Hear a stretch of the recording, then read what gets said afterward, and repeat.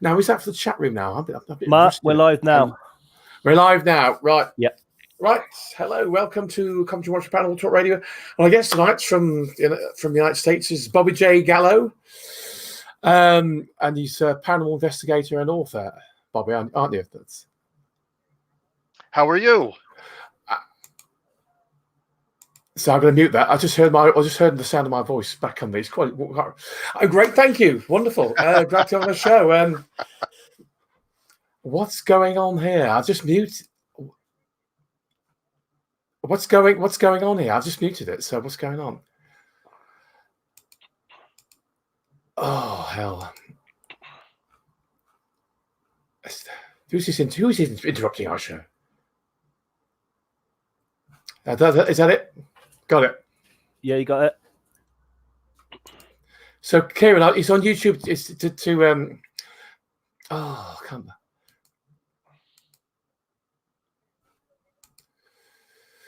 Oh, I'm doing it. Nothing's happening. It's just I can't believe this. Hello, right, Bobby. So when did you get involved in the paranormal anyway? Well, I've been involved in the paranormal since the early 1990s. In fact, what I basically tell everyone is that I was a paranormal investigator before the term paranormal investigator was ever even coined. I was investigating. Is everything okay? Kieran, hang on. Yeah. Kieran. Yeah. Kieran. I was muted. Where are you? Kieran. I'm here. I can hear you. I'm getting feedback. I've clicked on the button to stop playing. Just lock off YouTube. And you should be fine. And nothing's up. Oh, okay. Just knock off YouTube, right? Yeah, just lock off YouTube if it's that bad. Just lock off YouTube.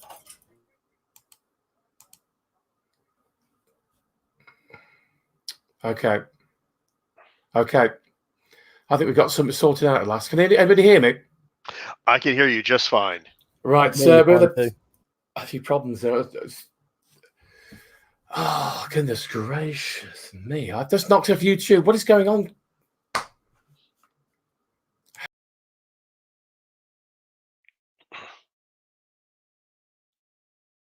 As you were saying, sorry about that. As you were saying, what Mark sorts himself out. No problem, Kieran. Basically, I've been paranormal investigating since the early 1990s, before the term paranormal investigator was ever even coined, to be quite frank. And basically started out by investigating an old haunted theater that was ironically built by my great uncle. And with a few friends, and we named ourselves the Psy Guys because one of the team insisted that we have a name. And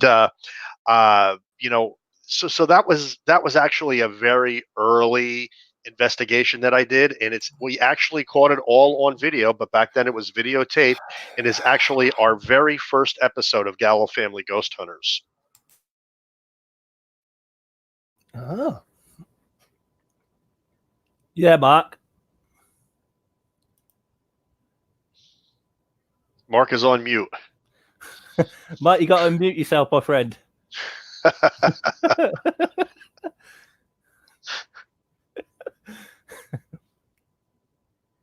This is paranormal, ladies and gentlemen. These are spirits. Spirits in the system. I'm getting feedback. No, you're fine. You ever hear the term the ghost in the machine? Well, that's what's happening right now. It is. We can hear you fine, Mark. Nope, Mark's on mute again. It's there he goes. Well, I've got to do that. Just getting feedback. So I was what the hell was going on there. Because you were with Icon Paranormal, was it? That started with your family 7 years ago. I remember watching that on YouTube, Bobby, as well. Yeah. Exactly. Yeah. We started out that was our name when we first started, was Icon Paranormal, and that eventually became Gallo Family Ghost Hunters. And the very first video that we did actually went viral on YouTube, which gave us the idea to actually create Gallo Family Ghost Hunters. Oh, Mark, you're on mute. There you go. So that sort of was a break there. Now, how long did that go on for then? Well, we started back in 2011. And, this was years after I had done my first investigations with my friends and group that we called the Psy Guys, which was, before my children were even born. And what had happened was we were, I'm sure you've all heard of that wonderful ghost hunting television show called Ghost Adventures. Well, we were Oh yeah. actually, yeah, after my children were born, and this was years after I had done my first paranormal investigations. We were all sitting watching television one night, and we had just burned through 300 episodes of Dark Shadows, which was the television show set in the 60s with the vampire Barnabas Collins. And my kids were looking for something new to watch. And all of a sudden we stumbled upon the Travel Channel in this new show called Ghost Adventures. So I said, kids, let's watch this. This should be fun. So all of a sudden my kids were immediately hooked. They thought that this was the greatest thing in the world. I have two girls, so they had a crush on Zach Bagans. I mean, it's like everybody else. Yeah. And so one day we're watching Ghost Adventures, or one evening rather, and I turned to my kids and I said, kids, Daddy used to do that too. And all of a sudden, the world completely stopped for them. And it was like that moment in the movie Spy Kids, where the stars of the show say, "My parents aren't cool enough to be spies." They thought it was the greatest thing in the world that their father was a ghost hunter, like these guys on TV. So immediately they wanted to go ghost hunting. No fear, no hesitation. They wanted to go. So being a professional magician, which is what I was for many, many years, there was an angle here for me too. Because though I had done paranormal investigation in the early 90s, being a professional magician for so many years, I wanted to see if I could debunk these guys on TV because they were using equipment and techniques that I was completely unfamiliar with. So I wanted to see if what they were doing was genuine. So I went out and I bought some similar gear to what they were using on TV, and we started ghost hunting. And lo and behold, we were capturing same kind of evidence they were capturing on TV, but then, the realization came this evidence wasn't fake, this evidence was real. And that's when I realized that there was something to this. And even though they were, maybe sensationalizing it a little bit on television, there's nothing phony about it. I mean, there's something there that we're talking to and contacting on these investigations.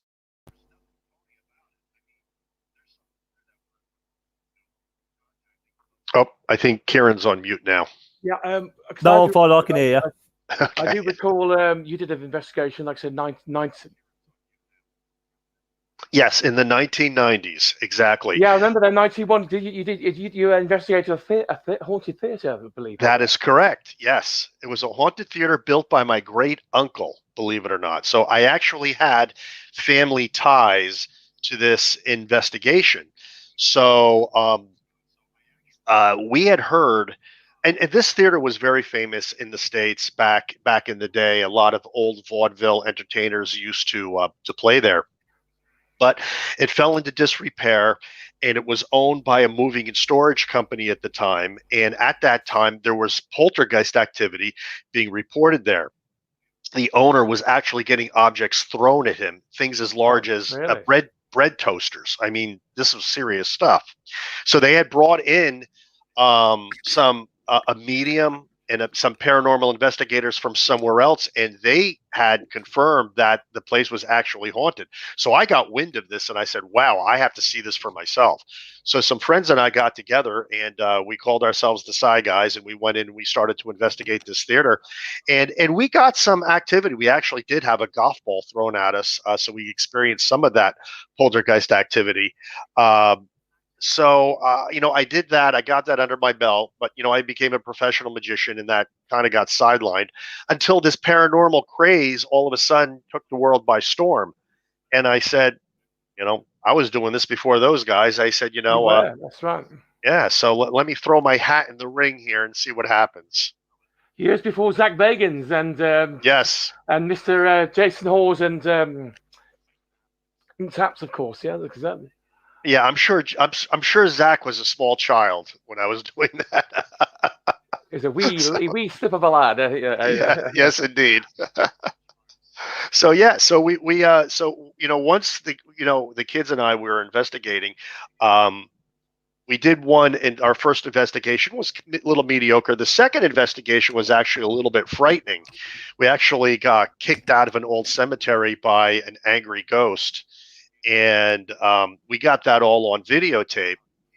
And when we put that Yeah, on YouTube, it went viral. yeah. Oh yeah, yeah.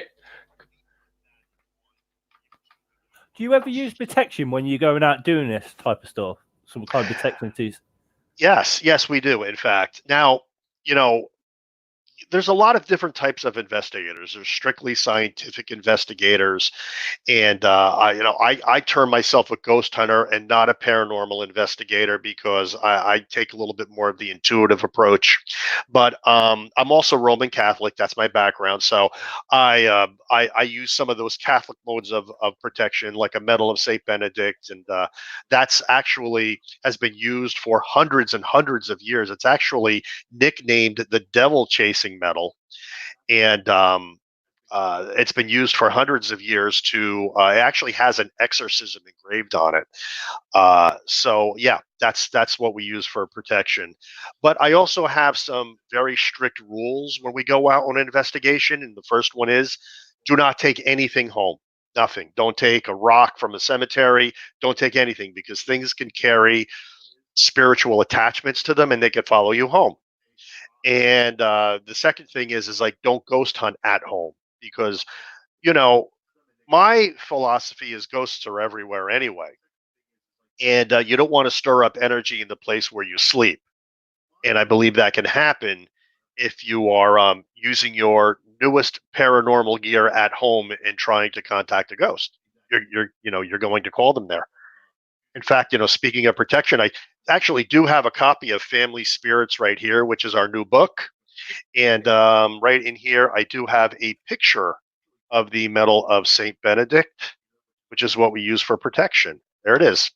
Okay, right there in Family Spirits. Yeah, yeah. Oh yeah. And where can people get that book from then? The book is very easy to obtain because virtually everybody is selling it right now. But for all of the listeners in the UK, the easiest place is going to be Amazon. Yeah. They can either get it through Kindle version right now. Right now, it's on Kindle Unlimited. So if they have Kindle Unlimited, they can actually read it for free, or they could buy the hard copy through Amazon as well. And there are some UK booksellers that are selling it now, and the names escape me right now, but I did notice that. I promoted your book heavily around on my respective paranormal sites and FB as well, Facebook as well. So Well, I appreciate that, Mark. Thank you very yeah, much. I hope I've made an impact there with the sales. Hopefully, I think So that's it's wonderful if you can just you can do what you can. It's amazing what you can promote on the internet and gets to. I put it on sort of not just friend settings and worldwide settings, so it goes to everybody, regardless of an FB friend or not, and all these pages. So the more people it reaches and sees that, the better. That's right, exactly. Absolutely, absolutely. And I got to say right now, before we go any farther, that Mark, it's a thrill to talk to you in person Thank you. because we have been friends for the better part of a decade on Facebook, and we've never really gotten a chance to speak face to face. No. This is a first. This is a very historic moment for me. Yes. Okay. So I want to say that right off the bat. Very important. So, Yeah, it's privileged to having a show I should have got you on after Bobby when we had. Thank you, I appreciate that. I should have really got you on earlier after we had Chris Holton and Brian J. Canaway because I was an idiot when I Bobby J. Gallo was on Ghost Advice. I should have got you on earlier, really.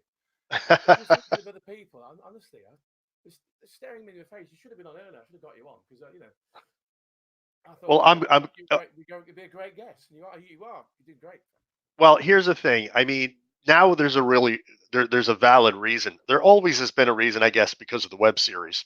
Yes. But now with the release of the book, and I'm doing all of these, I believe this is my 12th. I think this is my 12th podcast. So I've really been making the rounds, but I really wanted to do this one because of my relationship with you over the years. So that was important to me. So, but 12 podcasts, my God. Yeah. I've noticed the book. It's huge. I thought it was a small paperback. It's massive. It's yes, it's huge. it's 260 pages. I'm going to buy a copy for Christmas. I'm going to buy Kieran. I'll buy Kieran a copy and myself one. You'll love it. Let me tell you something about the book. It's got a foreword by Fiona Broom, and if you see that right there, Fiona Broom does the foreword to the book. Yeah.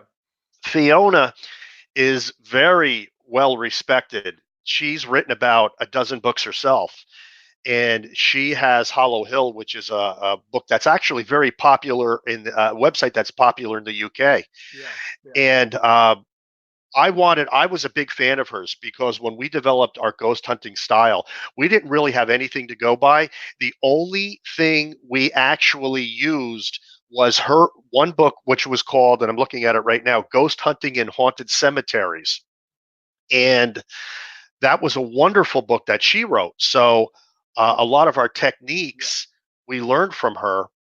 And when I wrote the book, I wanted to see if she would do the forward. Well, she didn't know me from Adam. So I contacted her and I asked her if she wanted to do the forward. And she was very hesitant at first. And I could completely understand that. And so I sent her an ebook copy, downloadable ebook copy. Yeah. And she read it and she was blown away. She absolutely loved it. She goes, "This is unlike any paranormal book I ever read because people either do one of two things. They either tell stories of their experiences or they give you the nitty-gritty of paranormal investigation." She goes, "But you did both." And she said, "And your transition was flawless between the two." Because here's the way I see it.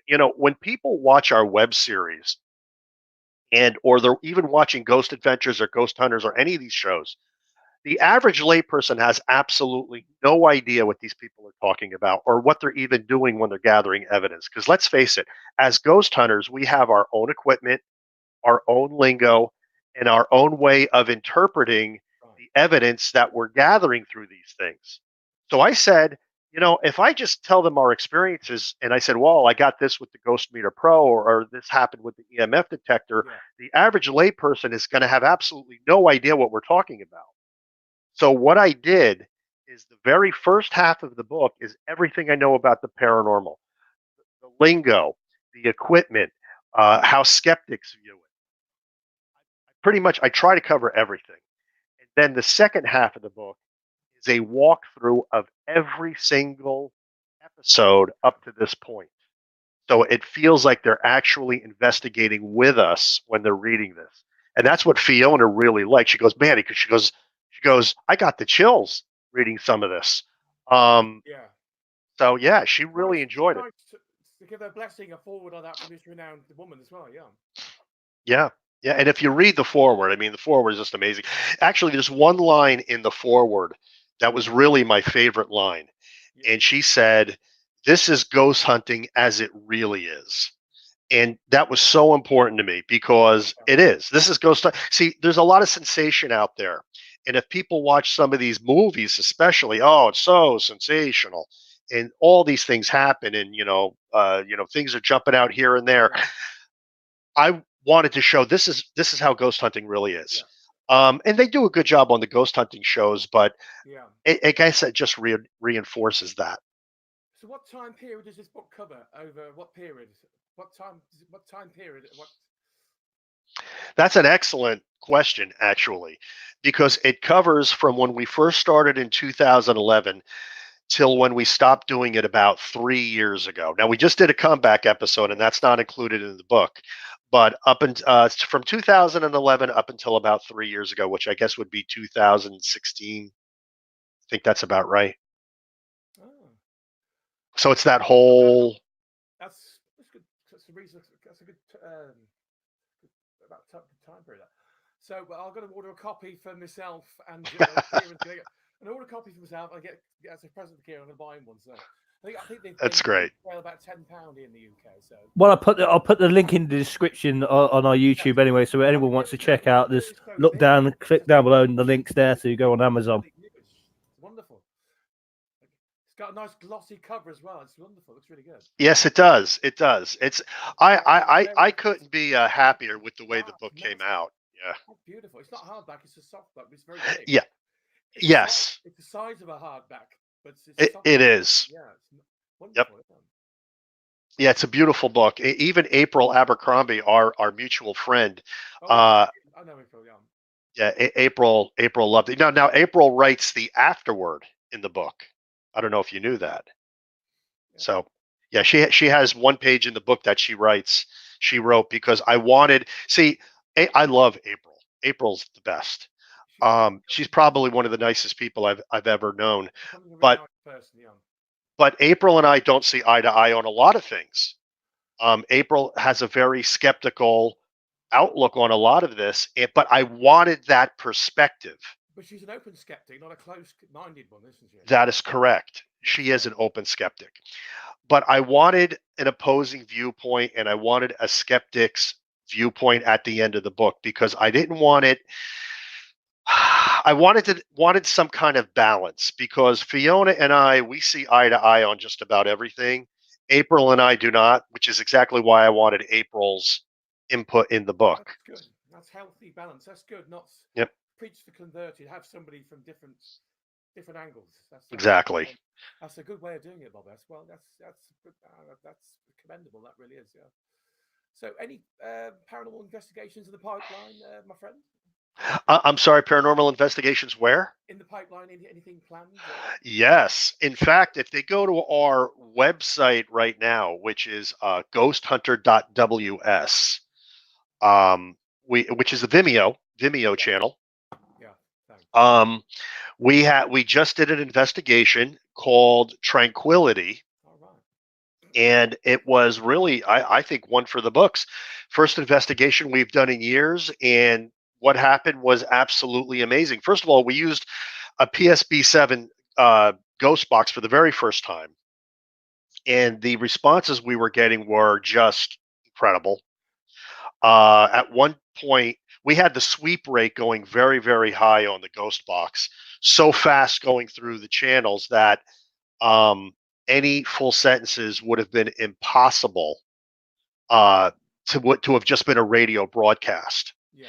So I asked a question. We were getting these responses, and I said to the kids, I said, we couldn't understand them at the time. I said, we're going to have to review these when we get home. And I got a full sentence response that says, I would agree. It was amazing. And then at the end of the investigation, something happened that had never happened before. We use a piece of equipment called the Spirit Touch. And basically what it is, it's like a cell phone, and it uses a charge of human electrons to turn on and off an LED light. And it's designed so that EMF or any outside interference cannot trigger this. You have to touch it. So it's an ITC device. We put it down. And I've had spirits touch it before, but I've never had a spirit touch it more than once. Yeah. All of a sudden, out of the clear blue sky, a spirit starts touching it like this, and the light is going on and off and on and off. It was mind-blowing. That has never happened before. And we have it on video. And if you watch Tranquility, you'll see it happen. It's actually quite amazing. So, because they operate between the white noise of the radio that they signal, don't they? The ghost box, isn't it? The ghost box. No, yeah. Yeah, the ghost box is a very, very interesting piece of equipment, and I've never used one up until this point, but it's very interesting because I'm actually not sure if they are speaking through the white noise or if they are able to grab bits and pieces of words out of the atmosphere of the radio broadcasts and send them through as an intelligent response. Yeah. It's one of those two things. And a lot of skeptics will say, how can a ghost do this? I mean, honestly, if you or I are a ghost and you have this advanced piece of equipment how does a ghost know how to operate this? And that's actually an excellent question. And I answer that in Family Spirits right here. And I like it. Get the book on Amazon and you'll find out. that's okay, guys. I've done this on other podcasts too. What's that? Who's the bloke? Bill Chappell. He's a whiz kid with an inventor with these gadgets concerning the paranormal as well, isn't he? On ghost advice. Yes, yes. He's a And real pioneer. Sorry. and I hear that he doesn't believe in ghosts, but you don't have to believe in ghosts Exactly. to stumble upon something that allows you to communicate with them. Um, the fact of the matter is he makes these devices and they work. Yeah. And let me give you a great example. The best cell phone app that we have ever used is called Ghost Speaker. It's by Krugism, Scott Krug, who invented it. I emailed him because I said, I don't know how you made this, but we have gotten some mind blowing evidence from this app. And he goes, I don't know how it works either. He goes, one device where it can. Is it one device where? Is there a device where you can? It's got an alphabet of words, and the words on the yes, screen as well, isn't it? Okay. that's right. It's like the Ovilus, Yes. where it has a dictionary of almost 3,000 words. Yeah, wow. And theory is that the spirit could go in and pick out a word to communicate. Now he says, I programmed it. He says, I created it. And he goes, and I have no idea how it works so well. And I said, that's an honest answer. But, people throughout history have invented things that have ended up being used for different purposes inadvertently. So it happens all the time. Like, great example, somebody invented the EMF detector, and here we are using it to detect ghosts. I just recall there's a bloke, it's an American who lives in England here, Andrew J. Ward. He's of Proving Demons. He just uses a radio and dials the knob to use the white noise to get contact with the spirits. Yes, he gets a lot of stick, a lot of crap online. So you don't get it's just twiddling with the radio, blah blah blah. And people are very dismissive and leave not very kind comments on these YouTube panel. You ever check Proving Demons out? They're pretty good. He lives in England now. Andrew J. Ward. I've actually not checked him out, but I will tell you that I think most people underestimate what ghosts can do. Yes. I truly do. First of all, I'm of the belief that ghosts are everywhere anyway. They're not just in the castle up on the hill. Homes or in yeah, I mean, they're there as well, but they're not just there. They're everywhere. That's a very, very good point. I've had other activity in my room. I believe it. Well, I'm not kidding. I was lying in bed there, and I saw this wispy blue mist pass through the wall, and I've seen orbs pass through here. I've heard voices next door. There's no one next door. No students next door. I've heard not next door, but because I thought maybe if there was people next door, I assumed it was students talking. There was nobody next door, and I heard voices next door in the bedroom. There's been absolutely no one there at all. That's amazing. And these are old houses. This house is 1947, 1949. So it's how many people have lived in there before? Maybe energy things that were happened in the past absorbed into the wall. There's a not an intelligent spirit. What do you call it? Residual. There must be some residual, Bobby. Oh, absolutely. And there are residual haunts. It could be the ground that the house is built on. Maybe there was a house there before. I mean, you live in the UK. I mean, there's been people there since the Bronze Age. We have ghosts galore everywhere. You really do, which is one of the reasons I want to come to England and ghost hunt because I think it'd be a great idea. The Dracula novel, that's supposed to be very haunted. Exactly. Courtney, my youngest, she wants to go to England. Nicolette wants to go to Italy. Courtney wants to come to England. I said, well, we got to get together with Mark Irwin. If we come to England, we have to go ghost hunting. I think so. That's right. There you go. Okay. We could do 12th century Kenilworth Castle. Yeah. Yeah. Now we're talking. That would be great. It's a ruin, but you could do EVP sessions in the grounds. I did crafty, sneaky ones in Warwick Castle's chapel. Make sure no wardens were coming. Like, they might Yeah. they might be very kind of not quite too sure of that kind of thing. They always I think you always feel like you've got to ask permission, but it's best to really. But I sometimes get the digital recorder out. The Right. H Zoom one that Zach Bagans uses the same one. I got that from a friend in Australia. She sent me as a Christmas present the H Zoom one. I'll show it you. I use a dictaphone as well. This baby here, it's amazing. It's not and that's bottom of the range. They're about 75 pounds. They can get up to That's a nice one. Yes, that's excellent. That's very nice. I think I have mine around here, but yeah, that's exact Bagans himself. Not this very one. no, that's a nice recorder. Yeah, Nicer than the one we use. I feel like doing a session now. You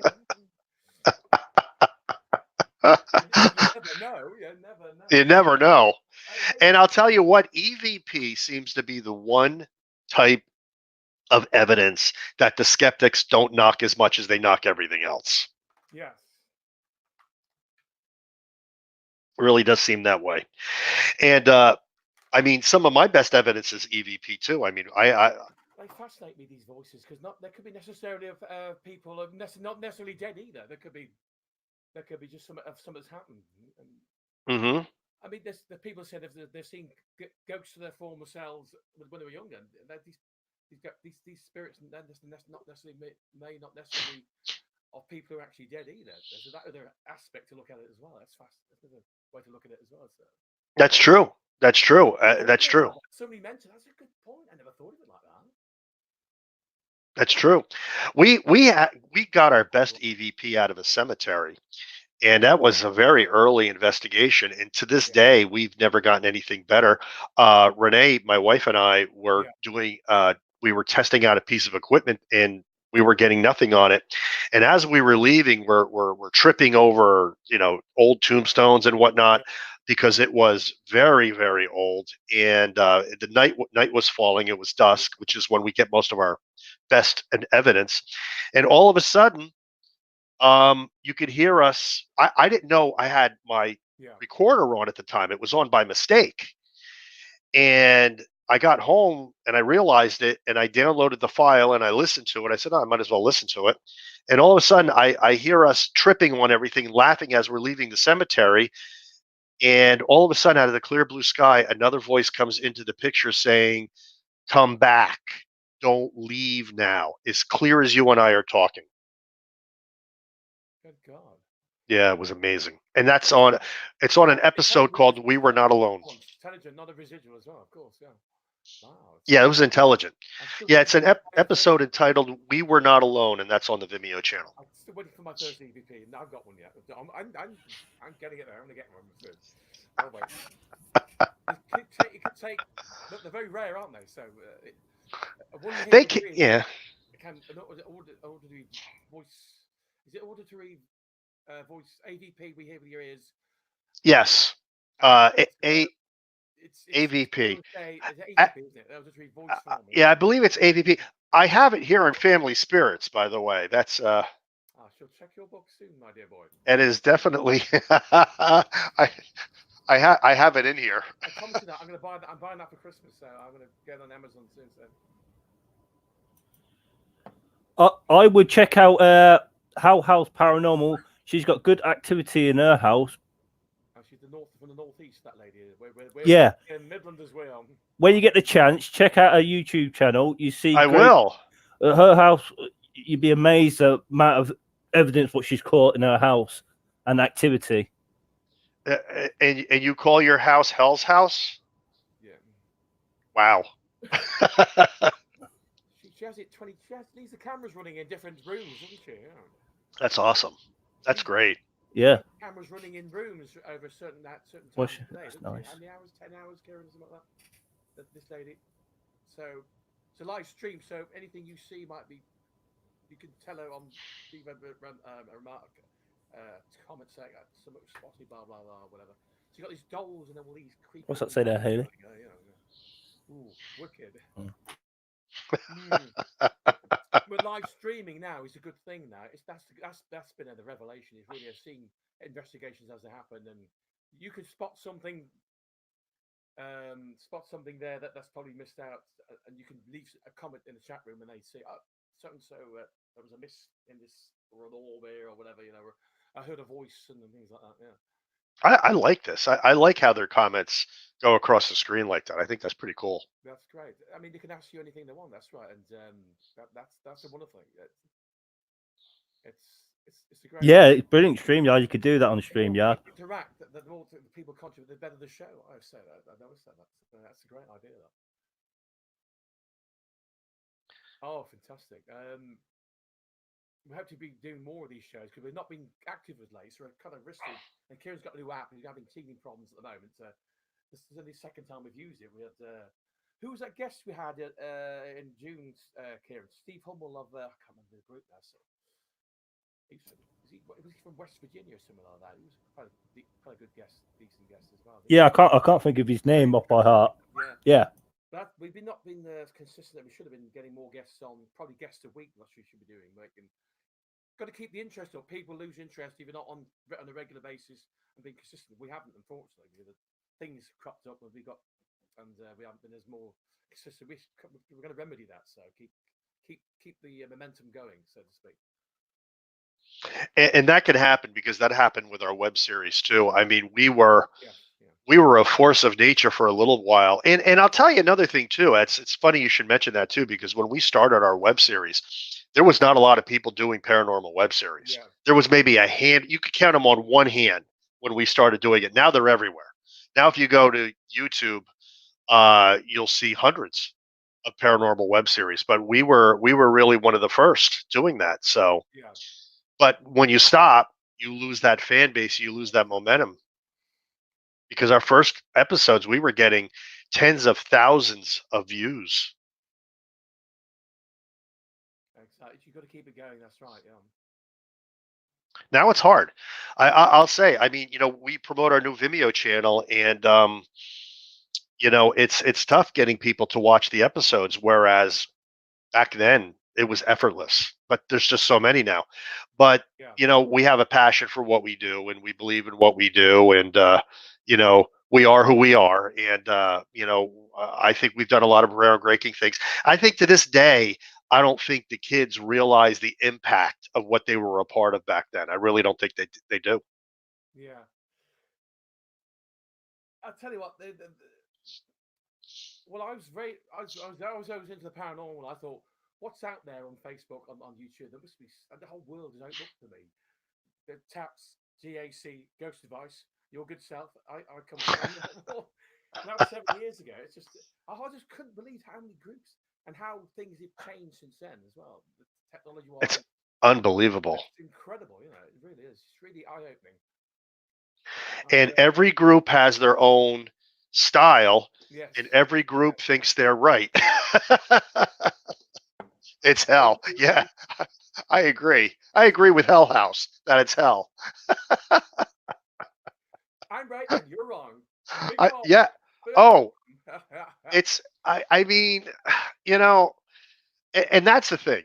When I wrote this book, I said, I'm going to get ready for the slings and the arrows and the rocks that are going to be thrown my way, because I just know that people are not going to like a lot of what's written in the book, even though it's based on our experience and it's all true.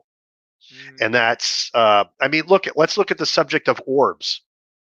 There is no subject in the field of the paranormal that gets people into more fights than the subject of orbs. Some people believe they're genuine, some people don't. There's been entire books written about them, but the skeptics, dust, to them, and they'll never change their mind. I was skeptical. I'm more leaning towards they are kind of some kind of energy source, because sometimes you see something like a voice has been said and there's an EVP happened. There's been an orb, something, a wispy something, or an orb nearby. I've seen that in Ghost Adventures as well, and TAPS. Could that be the source of the EVP, the spirit? I'm wondering that. Well, let me run something by you on the subject of orbs. Yeah. Um, they say orbs are either dust, pollen, moisture, or insects. And let's just say those four things can cause orb-like anomalies in pictures. Yes.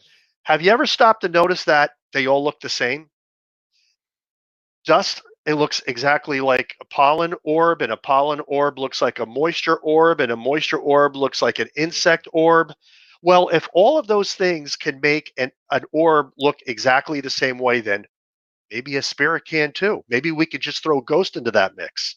Maybe these things do cause orbs, but maybe other things cause orbs as well, because energy takes the natural form of an orb when it manifests, like a spark, or look at the sun. An orb is the natural shape. So I say that, yeah, if you shake a dust mop in front of a camera, you might get orbs. But when I sit there and I ask an orb to appear, and then it does and I take a picture of it, that can't be a piece of dust. And if it is, then that's an intelligent dust ball. Mm. So there's something more to this. And if you ever read The Orb Project by Klaus Heinemann, he is a NASA scientist. And if anybody could debunk these, it would be him. However, he believes in the paranormal nature of orbs. Oh, thank you. I will absolutely take you up on that invitation. Absolutely. I think she's not far from Whitby Abbey, where I think she's the northeast somewhere. That's Hell's House, the lady. That's Rose from Hell's House. So she's northeast somewhere. I think Middlesbrough, that kind of northeast way. She'd put me right if I got it wrong. She'd say, no, she's lovely, Rose. She's lovely, Rose. She's lovely. Yeah, it's so orbs cause a lot of a lot of debate, don't they? Kind of. Oh yeah, a lot of debate, a lot of division in paranormal circles. But we're orbsters, we call ourselves. We believe in the paranormal nature of orbs. And getting back to Fiona Broom again, who did the foreword to our book, Yeah. Family Spirits. Sorry, had to get that in. She was once a staunch orb skeptic, and now she's an orb believer. She actually went the opposite way. Yeah, yeah. So I wish it every success. The book. I believe it's selling very well. I believe as well. And here's the sad thing. I'm not going to know for about 2 more weeks how well it's sold, because it's you don't get your report from the publisher for 90 days after it's published. Keep you in suspense. Like that. Oh, it's crazy. But Amazon sold out of it, I think, twice, and then Barnes and Noble sold out of it once. And here's the thing, though, I don't know how many they ordered in the first place, so I don't know how many have really been sold. And then there's the Kindle version, which I know has sold.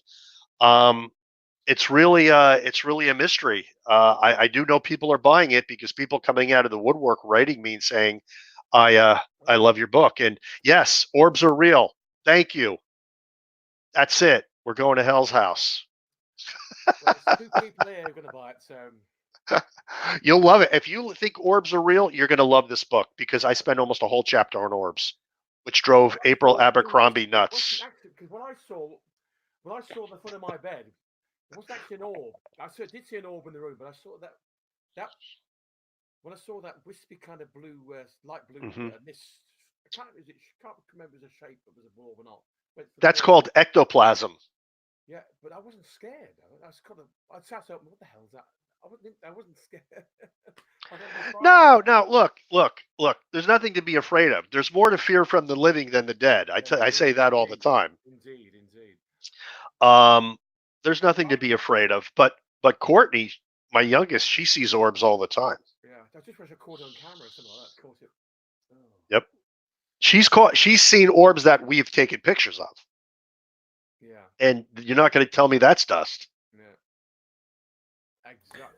Do you get any activity when you do it on your own, or do you get more when you're in a group? Or that is a wonderful question. Thank you very much for asking. And I actually talk about that in my book, right over there, Family Spirits. I talk about that at the end of the book, because towards the end of our investigations, at least the first part of our career, which we're now entering our second phase, I was doing a lot of solo investigations, and I wasn't getting nearly as much evidence as when the whole family would go out and into a group. I don't know why. I think they attract them more than I do. Maybe they're more receptive than I am, but we get far more evidence as a team than when I go out solo. Don't get me wrong. I've had some really cool solo investigations, I have to tell you, especially one where I found a haunted teddy bear in a cemetery. But by and large, uh, I would say when they're with me, I get far more activity. I just wonder if certain people attract more spirits around them, have got more sense than others. I don't know. Maybe they're more susceptible to them. I don't know. Maybe. Absolutely. Absolutely. They don't want to run away from me. They don't want to be near me. Go for the wall. I go. They hate me, Bobby. I don't believe that. I don't believe that at all. They ghost love me. I'm going to see my shrink. Well, and that's another issue too. So much of this is attributed to the mind and tricks of the mind and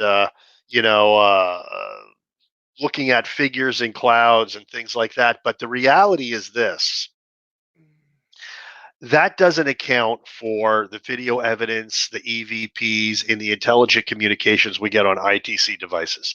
None of that is a figment of our imagination.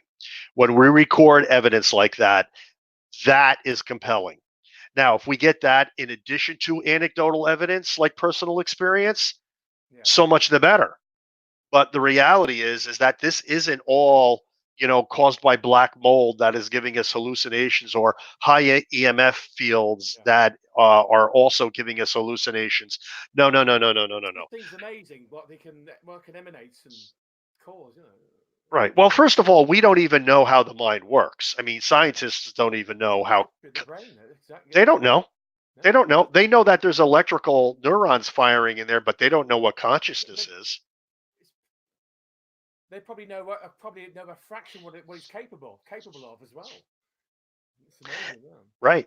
But I am a firm believer that either ghosts or how ghosts manifest are electromagnetic in nature. I think all of this that we do with EMF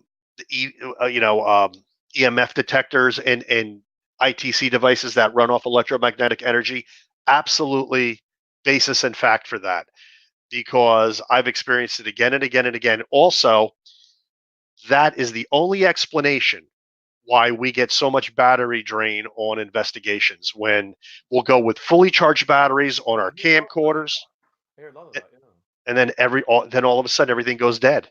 That's happened so many times in our investigations. You've actually you could have backup equipment just in case, haven't you? Surely. Oh, we do. You do, yeah. Yeah, I mean, that's no complaining, is it? Oh, my God, my devices full battery completely dead. Yeah. We finished episodes using the video camera on our cell phones because our camcorder went dead. But now I keep extra batteries for the camcorder. In fact, our latest investigation, which was we actually did another investigation after the one I described, where the ghost was touching my equipment, and we in a haunted pet shop. Oh yeah. And we're editing. In fact, I have a see this. There it is. That's the investigation right there on that disc. And that's going to be an episode soon. All right. Right there. Seeing that, Bobby. I look forward to seeing that. Yeah, that's going to be neat. Yeah.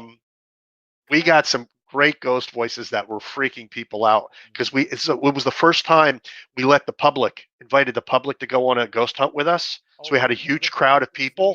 The family, yeah. And wow, what an experience that was. People were freaking out. Experience, yeah. I'd love to have been there. I'd love to see something like that. Have you ever seen a full-blown apparition? Yes and no. I've never seen one with my own eyes, but we've seen the apparition and we photographed the apparition through the viewfinder of a camera. Yeah. So we've seen it, but it was through the infrared. We had an infrared camera. In fact, I think this is it right here. Let me just see if this is my camera. Yes, it is. This was the very camera I used. Camera you use, my God. Yep, it's an infrared camera. You can't even find these anymore. My God. But Nikki G, my oldest daughter, was taking pictures during an investigation, a very active investigation, and she saw the full body apparition standing right next to me through this viewfinder and took the photo. So yeah, so we have, and we were on an investigation when that's the Holy Grail, seeing an all fully burned apparition. it is, and this is impressive. Wow, and they're exceptionally rare, aren't they, as well? You know, they're very rare because I believe that whatever energy it takes for a ghost to manifest enough to do that, is what makes it rare. It just takes an incredible amount of energy. We were also on an investigation where we were with another group, and a gentleman saw a shadow person up in a window. Oh yeah. And I couldn't see it, but he saw it. And I went up and I took a picture, and boom, there it was in the picture. Really? One other time it happened, we were in St. Augustine, Florida, at the Castillo de San Marcos, which many people have said is the most haunted location in North America. And both Nikki G and Courtney, my two daughters, both saw a full body apparition standing in the turret, one of the turrets of the Castillo de San Marcos. And they're looking at it. They see it. It's right there in front of them. Both of them, two people at the same time. Yet, myself and my wife, we couldn't see it. Could not see it, but they saw it. And when it Icon Paranormal episode some years back, was that? It is absolutely. I know GAC did investigation. I remember Yes. Both those. Yes. The funny thing about it is when it vanished, both of my daughters said it's gone at the same time. They both saw it vanish at the same time. I mean, so yeah, I think it depends on the person. I really do. Yeah. To be able to see them. The creepiest thing I ever saw, whether this is genuine on YouTube, I take things with a pinch of salt when I see any of these creepy videos on YouTube. This bloke, he was investigating this cemetery alone. And he's investigating the crypts, and he sees one of the crypt doors open. There's a lady sitting there. He's got the infrared, pitch black, and he just sees her sitting there. And he goes off somewhere, looks back again, she's gone. And he walks down these massive mausoleums. He's on his own whether this is genuine or not, and then he sees her again, and she's merely about 100 yards away. She's looking like this. This is whether it's genuine or not. It creeped the hell out of me though. And she's sitting like this, and he goes, "Excuse me, ma'am," and the way she sort of looks over him like that. Oh, that would creep me out too. If that was genuine, I'm not saying it is, but if that was genuine, I tell you, why didn't he go over and shake her hand? He just sort of then he sort of. I don't know whether he stood there a couple of minutes. Then he made his approach. Then he sort of I don't know. He's kind of. I think he just realised, oh, I'm gone. Whether that's genuine or not, I don't know. Because I take some of these. I used to think a lot of these videos were gospel. And now I realise over the years, not the same. There's a lot of fakery out there as well. Yeah, and you know what makes that very frustrating for me? It is annoying. It's annoying because when you capture something and you can't caught it, like when I capture something and I caught it and I know it's real and I put it out there, I have people saying it's fake. And I'm like, it's not fake. I caught it. It's my evidence. I'm telling you it's real. And they're like, no, you faked this. And I get this all the time because some of my stuff is too good. Oh, annoys me. It's very annoying because of the fakers. The real stuff gets overlooked, and it's very, very frustrating. You look at things now. I believe your stuff is genuine, but these people are just doing it for the wrong reasons. Whether that was genuine or not, I'm questioning it. She's a solid figure. There again, there's been ghosts who look like humans. So, but I don't know. I just think in the back of my mind, this could be staged. I mean, he's on his own there. There's an old lady walking around at a graveyard dead of night, midnight, pitch black. I don't know. That could be his mum for all I or his grandmother. I don't know. Maybe she's in it. I don't know. But if it was genuine, excuse my language. I tell you what, I had the chills watching it. The way she looked over at him, and the eyes glowing. And she had the strangest face I've ever seen. She's leaning back like this, and pointed nose and hair up like this, and she's wearing this white dress, shawl, and all this. I tell you what, if that's, I'm skeptical. I'm kind of skeptical whether it's genuine, but it did have the correct effect. I got chills. But if that was genuine, then bloody hell, then that's something else. But there again, there's so many fakery and people doing it for the sensation, to be sensational and just for the Well, yeah. a lot of people are doing it because they're faking evidence and they want to say, see, I faked this and you thought it was real. Therefore, all evidence is fake. Yeah, exactly. Yeah, they're doing that. Yeah. And it's like, no. I'm like, look, just because you can duplicate something doesn't make it real. Like, for instance, I'm a magician. I could fake a lot of things. Yeah. That doesn't mean that everything is fake. It just means what I did was fake. Yeah. So that really bothers me because, and that's what a lot of skeptics point to. They say if you could duplicate it, then everything is fake, and that's ridiculous. That's ridiculous to even think that way. Yeah, it's just the digital age now. So many things can be sort of what's it photoshopped and this and that, and yeah, Photoshop, yep. And they can make it seamless and look so. It could be a grainy image and make it look like they kind of blend it in to make it fit in. Mm-hmm.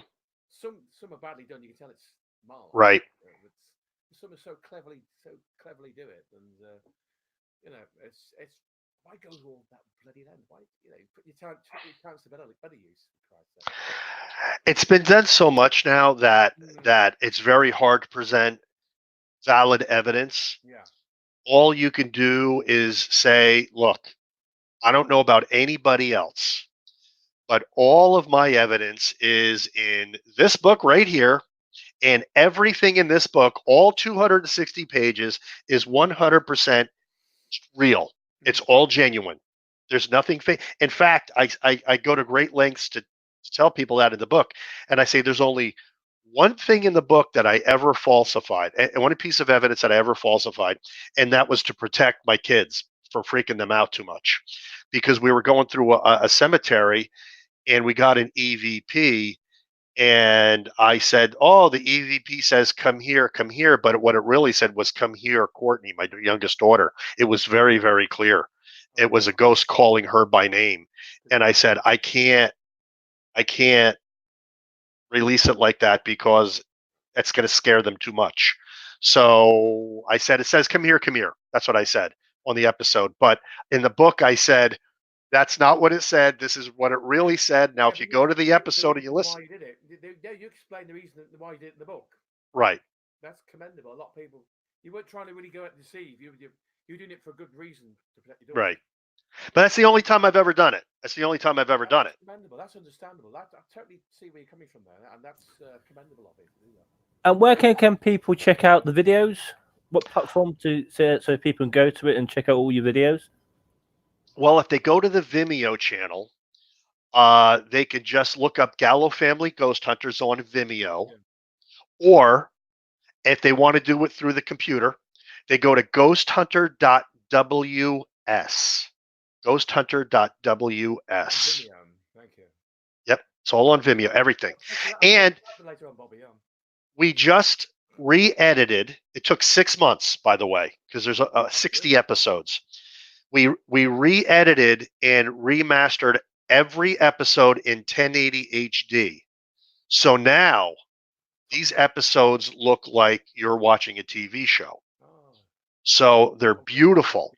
And I don't know if you know anything about Vimeo, but the streaming is flawless on Vimeo. So they're beautiful.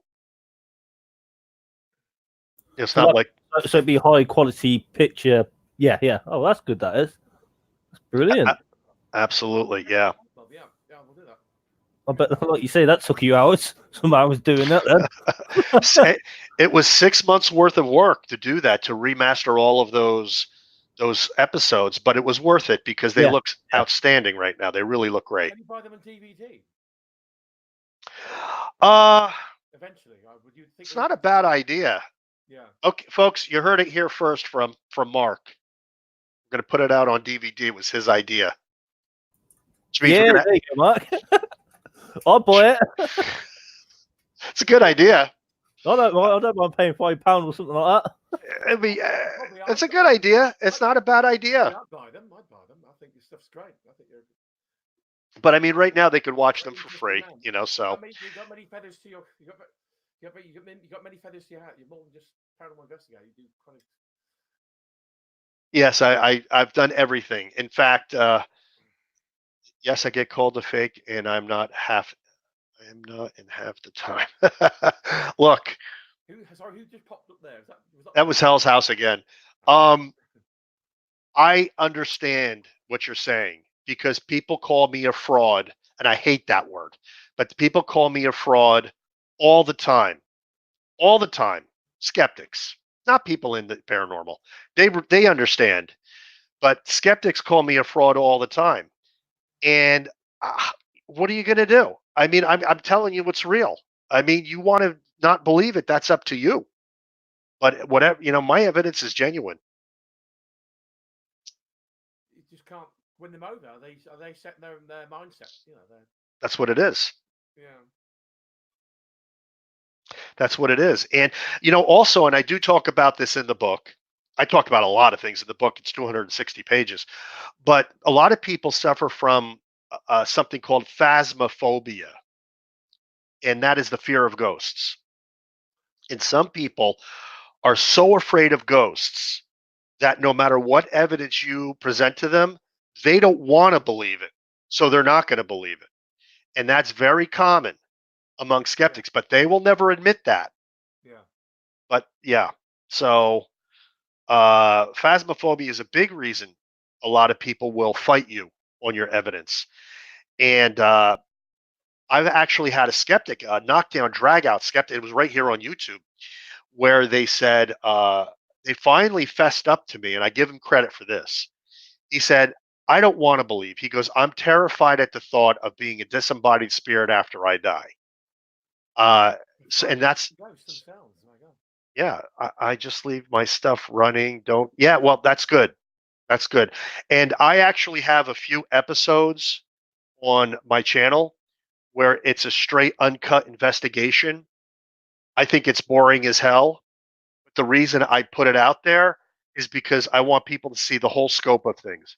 When they watch our episodes, they are going to see some boring episodes, but then they're going to see episodes that are going to knock people out. It'll just knock you out. Yep, the evidence. But unless you see the whole scope of things, you're not going to see the good with the bad. That's what makes it believable. That's what makes it reality TV. Reality paranormal TV versus something that's staged. Because I'm not going for the best special effects. I'm not going for an Oscar or an Academy Award. I'm going for this is believable ghost hunting. So when you watch it, you might watch one that's not that great, but you're going to watch some that are amazing at the same time. That's the approach that everybody should take. I think that's. So I'm glad. Yeah, totally agree what you're saying. Totally agree, because like you say, sometimes you ain't going to get activity. You're out there however long, and like you say, the other day, you are going to get activity. That's right. That's right. And sometimes, you know, I mean, I did one. I released one episode where it was just me walking through a cemetery, looking at the stones, waiting for something to happen.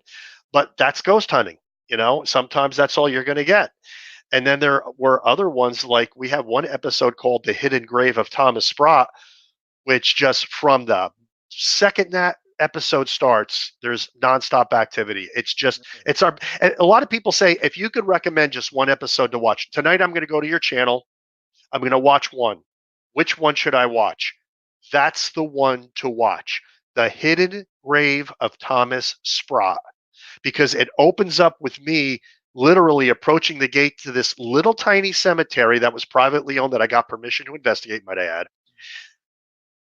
And my EMF detector goes crazy. It was in the middle of the woods, almost jumping out of my hand. And I physically could not enter the gate. And get this all on film. Then later we come back, the rest of the family, crazy communication, and the grand finale of the episode was the full body apparition that I just spoke to Mark about. That's in that episode. So that is the episode you want to watch if you're going to watch just one. No, definitely watch them because I ain't seen none of your videos yet, so it'd be very interesting to watch your videos. Yeah, start with that one though. Start with that one, Yeah. Because I think if you start from the beginning, you see, here's the thing: we progress. There was a definite progression. We got better and better as time went on, and I would say like right smack dab in the middle of the series is when we were at our best. Because towards the end, I was doing solo investigations, and in the beginning, we were just learning the ropes, so to speak. But right in the middle was the sweet spot where we were getting some amazing, amazing evidence. And that one episode, The Hidden Grave of Thomas Sprott, I think was, I don't think we've ever done one better than that. We've done some that were close, but I think that was the best one.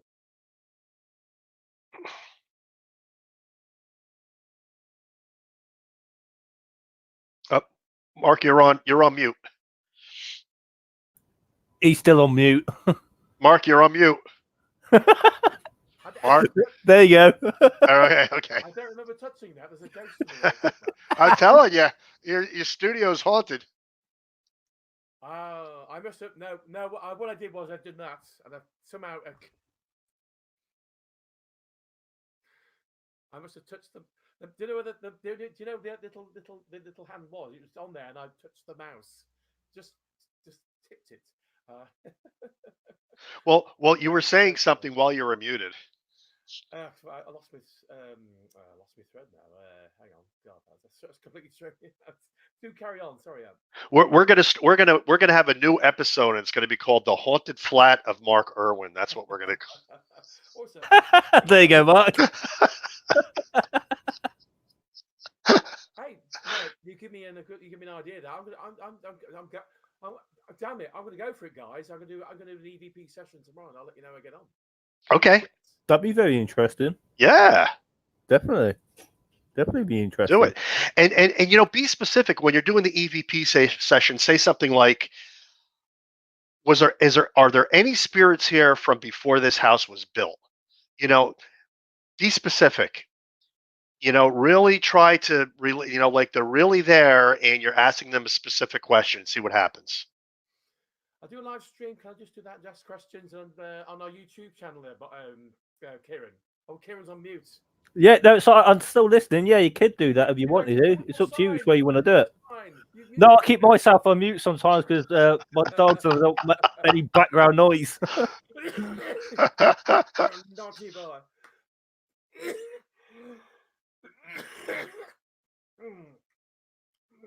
Because where Mark used to live, back in the olden days, it used to be farmer fields. Around that. Yeah. Before the houses got built in there. I'm going back way back. Yeah. This is a tiny hamlet outside Coventry. So they got incorporated to Coventry the last nearly 180 to 100 years. But I'm opposite a crematorium, so I tell you what, I saw a lovely Victorian funeral go past with a white horse with plumes pulling the carriage, two white horses with plumes pulling his white carriage. Beautiful. That must cost a damn fortune. That that's probably more than you buy for us. What a lovely send off. Grandma said on it. I think it's grandpa or something. Oh, just wonderful. The clipping on it's quite eerie seeing hearing the clip plop on the hooves. It's quite kind of spooky kind of thing when you look at I love that. And you see this beautiful white carriage. Sometimes they're black, primarily these replica Victorian carriages. That's a wonderful way to go off. That person must have really meant something to him, and maybe they request that. Well, I don't know, to do that, give somebody a send off like that in a Victorian beautiful white glass Victorian carriage with 2 white horses. I think it was 2 white matching plumes as well. They're beautiful horses, and they are. I, I wish if the camera that taken would be picked, but the camera's not working. But it's absolutely wonderful.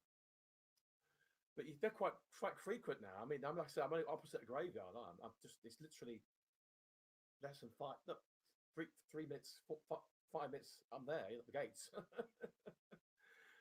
You see all these illuminated, these things that they use the sun to get the energy to glow. These lights, these things, don't you?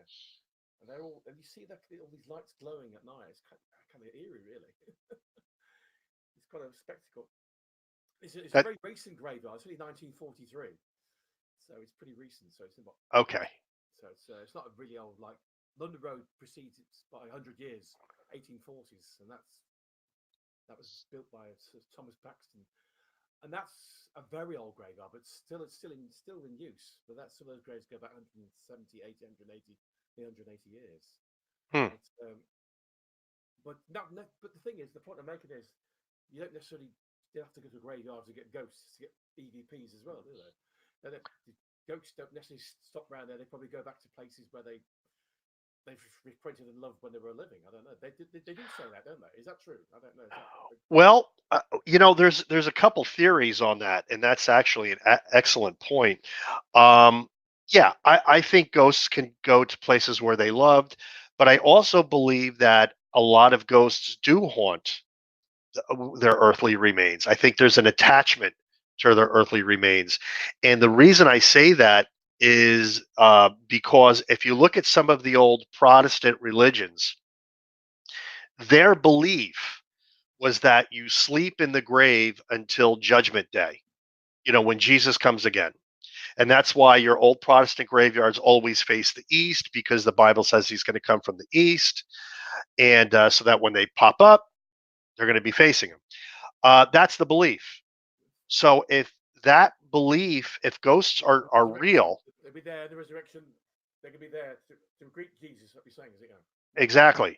So if ghosts are genuine, and that was their religious belief their entire life, then it stands to reason that they want to be there by choice, which is why cemeteries can be very active, because you might be the first visitor they've gotten in 100 years, 200 years. Yeah. Interesting to think about. And they don't have to be at night time. You can still get activity in the daytime. Oh, yes. Oh, yes. In fact, you can get every bit as much activity in the daytime as nighttime.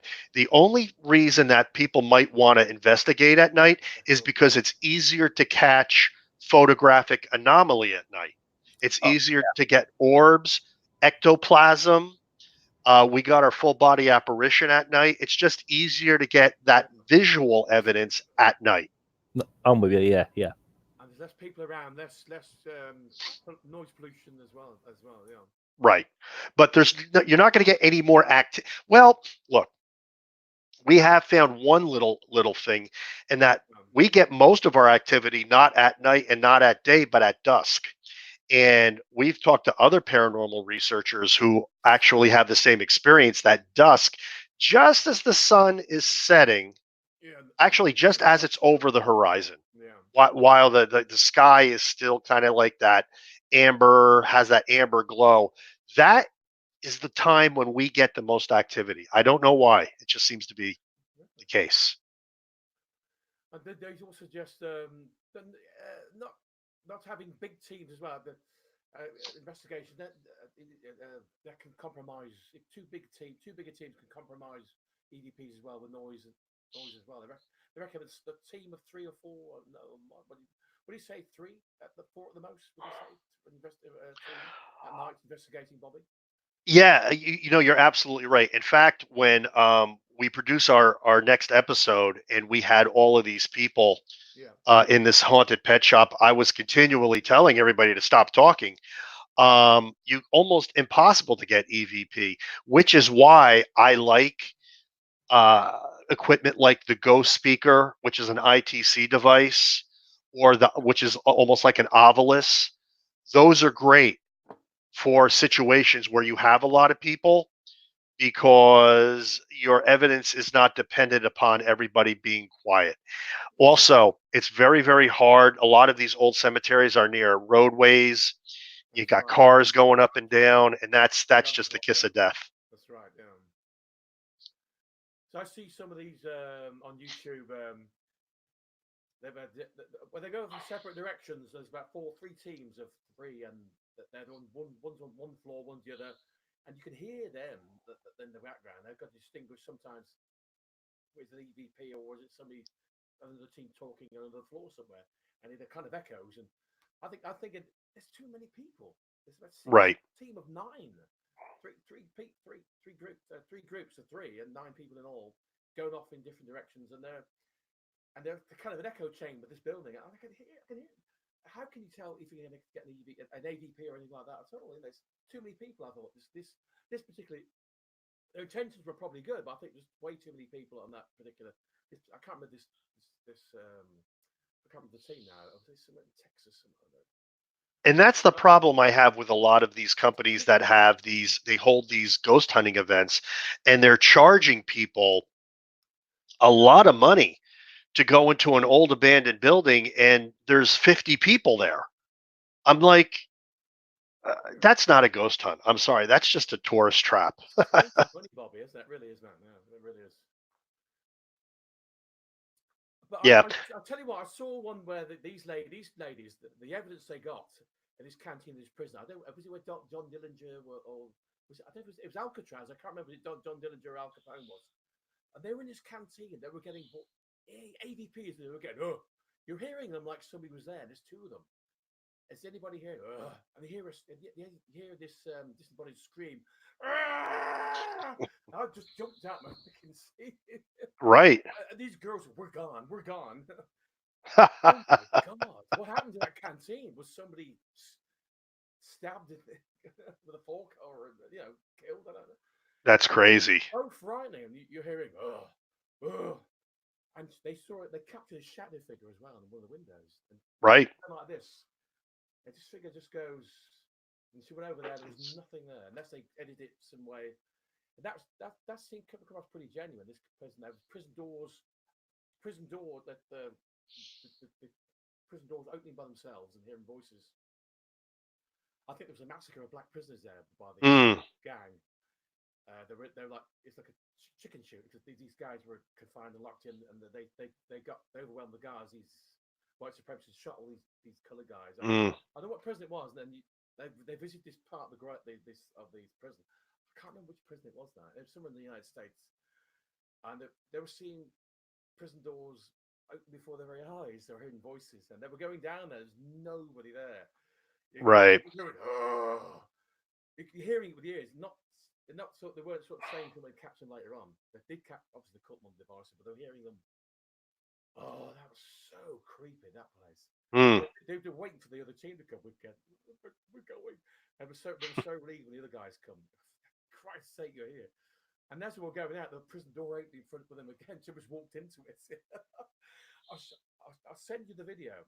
Yeah, that'd be great. It's absolutely if that's genuine. These two, if they fake that, they're brilliant. The brilliant editing. They'll tell you what. I've got it on. I thought they're a Texas team or some southern states. That's absolutely mind blowing. I think I've said. I do realise. I sent it a private message to somebody, so it's on there. So I'll send you that. But that'd be great. The activity they got in that canteen in that prison, it was so active. You'd have loved it. I thought, I'm going there. Just hearing all that activity. You love that kind of thing, wouldn't you? Yeah. Oh, of course, absolutely. You're hearing it's like somebody it's like somebody there shouting at you. Oh, you're hearing all these noises, and you're hearing voices. Get out! Whispers, not so loud. Get out! Somebody's whispering in my ear. She heard as well. Some of these girls are from Texas or southern states somewhere, and I'll send it on to you. I've just blew me away. That is. They're on YouTube. If that's genuine, I'll tell you what, that's fantastic, phenomenal evidence they got there. And so they were told this place was active, and they weren't disappointed. The guy comes back. The guy goes, "I told this place is active, didn't I?" Disappoint. I don't know whether it's Alcatraz or some of the some. What other main prisons are in the United States?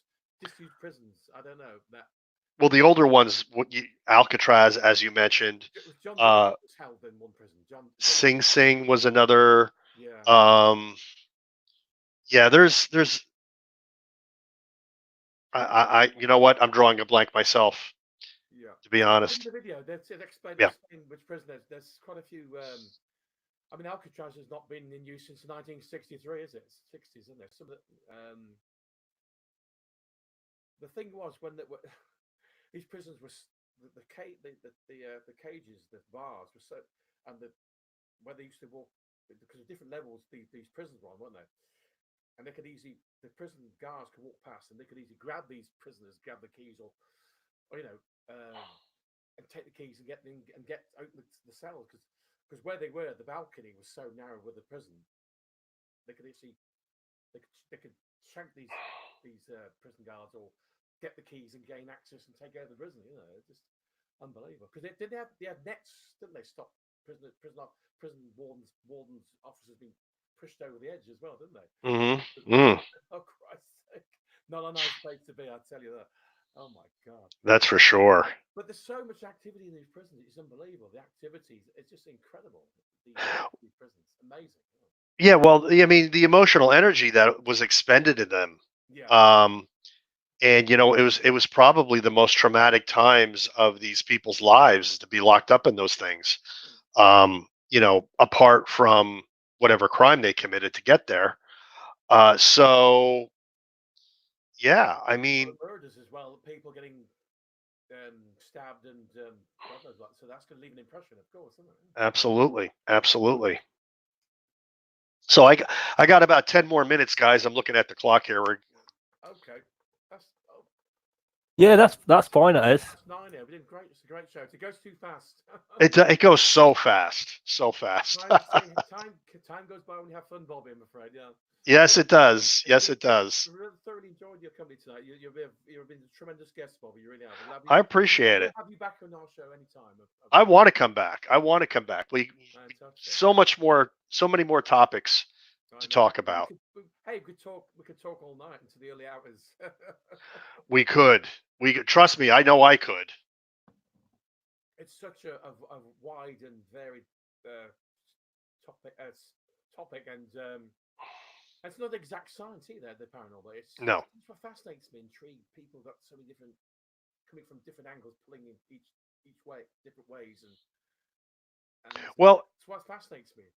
Yeah, and it's funny you should mention that because I talk about that again in Family Spirits.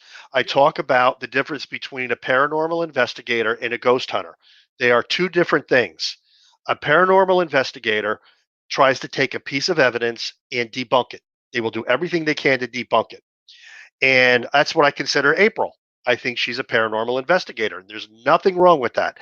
That's how they are trying to come to the conclusion that ghosts exist. They're trying to find that one piece of evidence that they cannot debunk, and that's fine. But I don't do it that way. I'm a ghost hunter. I will take this piece of evidence and this piece of evidence and see if they fit together.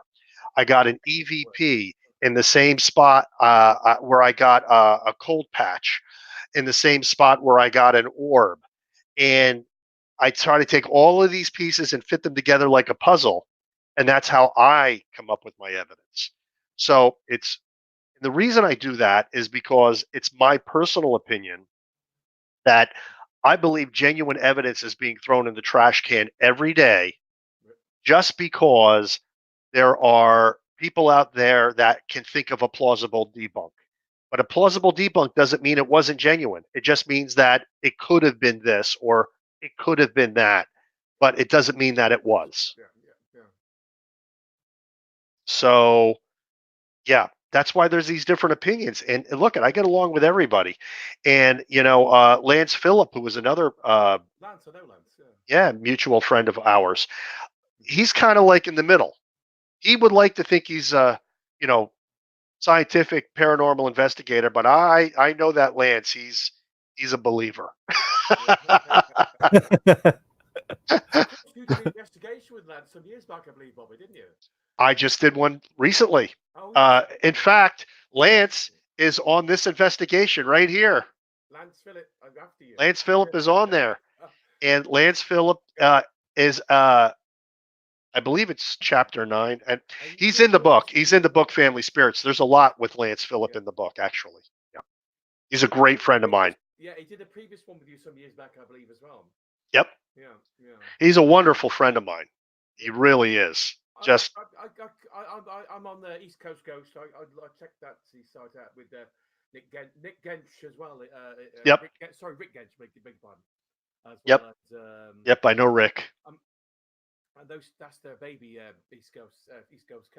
Yeah. Yeah, so yeah, there's a lot of people in this field, and we all come from different angles, so to speak. And you know, people will tease me and say, "You think everything is a ghost," and they're probably right. I do but there are times when I will take a piece of evidence and I will throw it out and say, "No, as much as I want this to be real, it's not." And I've done that several times. So. Well, I'm still waiting for my first EVP. I get what. I tell you what, I did an investigation at this ancient woods. This ditch was built by medieval farmers about 600 years ago, and I tried to contact them. The spookiest, creepiest, have wet, miserable nights on my own. So I should have had somebody with me, but I thought, sod it. Best to have somebody as a witness, really. But I thought, let's go for it anyway. Been a maverick, I am, and I don't think I caught anything though. I think it was too windy that night and wet, so that compromised me any kind of EVP. But I'm not going to give up. So it's a matter of time, really. Something's going to possibly I get something of a paranormal nature concerning an EVP. I don't know. But, You'll get it. You'll get it. Just be persistent. You'll get it. You'll get your EVP. There's ancient woodlands around there, and a lot of these hamlets and farms and churches. So. Are churches a good option to try as well? I would absolutely. God, I was there and I didn't bring my didn't record at the time. No, I did use the phone, but I got nothing. I should have bought the recorder at the time. I'll tell you what. I'll go to St Nicholas Church in Kenilworth again. Dates from about the 13th or 14th century. It's a beautiful church. That's great. What it was, they used the monastery was knocked down by Henry VIII, but they used parts of the old monastery, and they got this beautiful 12th century carved doorway from the monastery, and used it in the church and the building of it. They put wonderful. So nothing was wasted from the monastery. The church benefited from it. They just took it. That's great. That you see this beautiful 12th century carved doorway, but the church is not that old, so it's quite nothing's always what it seems. They cannibalized all this stuff and reused it again, kind of thing. Yeah, well, churches are a great place because there are stories of ghosts that haunt the churches because during life that was their ritual, that they were so involved with it, and now after death, even though they've maybe met their creator, they don't want to let go of that ritual, so they come back again and again and again. So I totally believe churches can be haunted. Yeah. But he's muted. I'm going to get somebody to go with me, and we'll do an investigation now. I want to see it. We'll film it. Probably put it on not live stream, but put it on our YouTube channel. That'd be wonderful. And people decide whether we've got nothing or not. We just put it there. You make what you. Well, yeah. You make what you want of it, Kieran. Yeah. You come with St Nicholas Church. Would you bring our recorders, dictaphones, cam? I'll bring my camcorder. Should I bring that as well? You can do. Yeah. Can you get an infrared adapter for a camcorder? Yeah, I'm sure you can. Night investigation. Can you do that, Bobby? I believe so. Absolutely. If we did, I'll probably do this during the day because let's say I bribe them to investigate at night. I put £100 in your box for the church. Still keep the church. But they got a big box there. Well, what I'll do is I'll put some money in the box for them if because 20, 30 quid just keep the church. Because a lot of these churches do rely on donations, and also, you know, That's great. They maybe give me free range and say, all right, but you never know. But I could always contribute to the box, and they scratch my back, and I scratch theirs and do an investigation there, Kieran. And don't forget, guys, please check out the link what I put down below the description to see all the videos and to order the book if you're interested. Thank you. Please check out them links. Okay. That's the book there. Right there. Right there. All you got to do is click on the link. Which I'm buying at Christmas. Yep. Kieran, I'm going to buy you one as well because he's brilliant. He's my paranormal investigator in crime. Yeah. Oh, that's great. Thank That's you, Mark. great. Thank you. That's great. You guys will love it. I guarantee you'll love it. Thank you. But yeah, guys, I gotta run. Unfortunately, I gotta. My real life job is calling. I have to do a conference call. You know, real life is calling. Brilliant. Thank you for coming on the show, taking your time. Oh, yeah. Bobby, we'll have you on again. Have you again whenever you're available, Bobby. Have you on again, my friend. Yeah. Pleasure is all mine, guys. Really, and thank you for having me on. Really, from the bottom of my heart, I got to tell you, I really enjoyed it. Thank you. Oh, thank you. Definitely. Okay. All right. Bobby Gallo, everybody, in the chat room. See you later, guys. Okay, take it easy. Bobby, okay. Take care, my friend. Thank you. Thank you, sir. Take care. Bye. I just want to take care. Yep. What a great guest. I enjoyed that. I thoroughly enjoyed that chat with Bobby. Really enjoyed that. What do you think, Kieran? Great guest. What a great guy. Yeah, definitely. What a great guy. Absolutely great. Are we still broadcasting? I'm gonna be ending. Yeah, we're still broadcasting. I'm gonna be ending it in a minute. That's to the chat room. Bobby has now gone. What a tremendous guy. What a really interesting. What a great guest he was, and very enlightening and very frank and forthright with his views, and very interesting. And he gives some great advice there as well. So we'll have Bobby on again anytime soon. What do you think? Very impressed. I told you he'd be a good guest. Yep. No. Okay, I'm going to end it here. So thank you, guys. And I speak to you in a minute, Mark. I will. Okay, Kieran. Okay. Bye. Bye, guys. On the camcorder. Yeah.